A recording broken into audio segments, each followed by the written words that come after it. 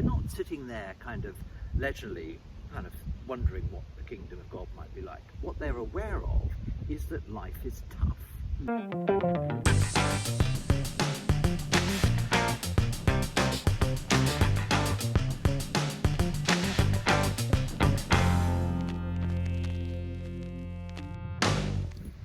Gorgeous day, Martin. Great to be outside. How are you? It's lovely. It's I'm all right. I'm glad the weather is like this. Although I feel sorry for the farmers, but it's lovely to be out here. Yeah. And we hope that we're speaking loudly enough so we can be picked up on the phone.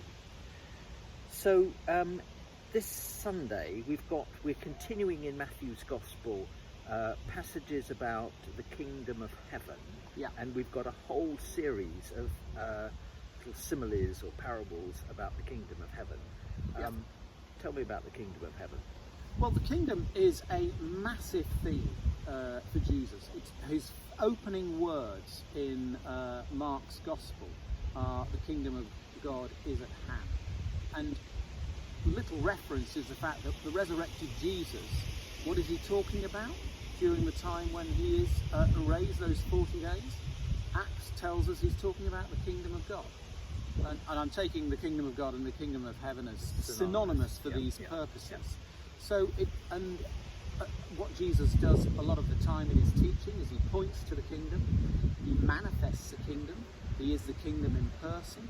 The Sermon on the Mount is arguably about developing kingdom hearts. And at the very centre of that is seek ye first the kingdom of God.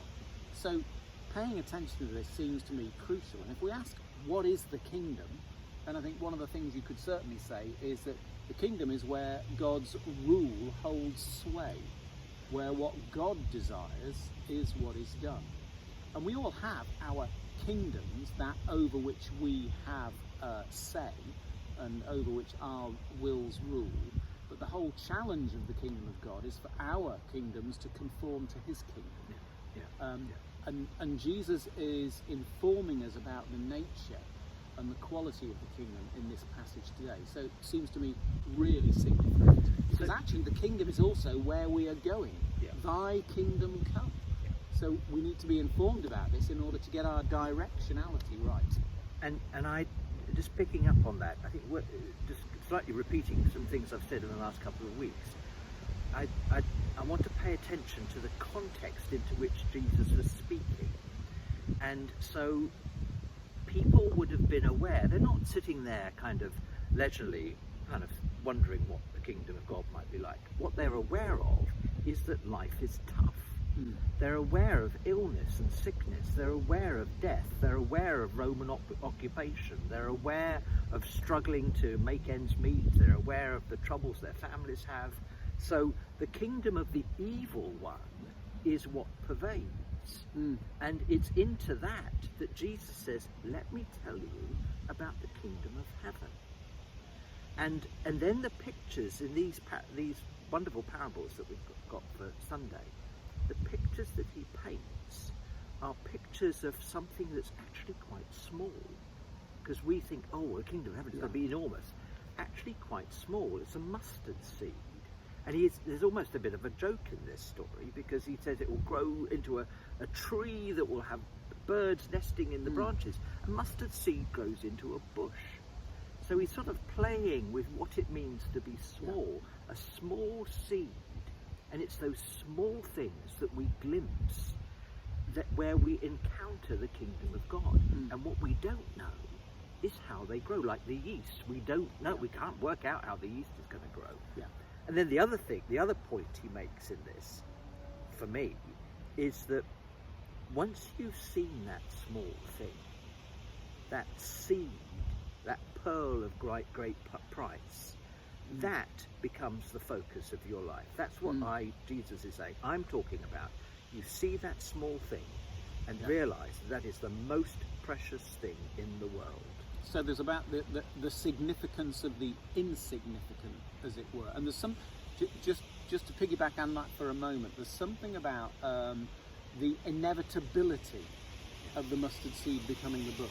So it's not, I've heard sermons before now that talk about somehow the progress, the small will become larger and larger and larger, and then into that is brought the idea of human agency. But it's much more hopeful than that. The kingdom is inevitable. Yeah, like will yeast, out. it will happen. You know. Yeah. Yeah. Sorry, carry on. No, well, I've almost finished. But I was going to just a little footnote though. At the end of this passage, Jesus says, and the scribes. Now, what's interesting is normally he's berating the scribes and the Pharisees. In this instance, he's applauding the scribes, saying a good scribe will bring out the old and the new from their treasury. And so, first of all, he's applauding the scribes, and secondly, just sort of thinking, what might that mean? Secondly, he's saying something about, what you've been taught before, that's the old. What I'm teaching you now, that's the new. They hold together. There is consistency here, which is a theme in Matthew, of course. Yeah. There is consistency here, and I'm struck that we kind of oscillate between focusing on the old and clinging to that, or throwing it all out and just taking what's new. Yeah. But again, we need to hold both together. Yeah. And the kingdom will be discerned through the holding of that together. Mm.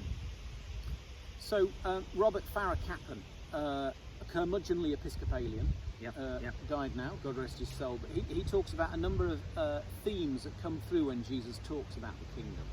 So he talks about how in Jesus' parables you often see the Catholic nature of the kingdom with a small c. In other words, the dragnet, it drags up everything. Any bird of the air can come and rest in the bush that is created out of the mustard seed. There's something indiscriminate, if you like, about the kingdom.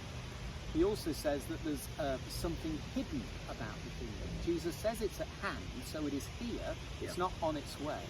But it takes eyes to see and takes ears to hear, so we do have to do some looking for it. It's also already at work. It's not, future, but it's already happening. And then there is resistance to it, or hostility, isn't there? Whether it's the mustard seed having to go through the soil, or the dragnet having to be dragged through. There is resistance and there is hostility to it. So a number of different, and it requires our response, doesn't it? Like, as you were saying about the pearl, it requires us not only to notice, not only not to be resistant, but actually to go with it. Well, yes, and in the case of the pearl, of course, you have to find it. Yeah. So it's your point, it's hidden.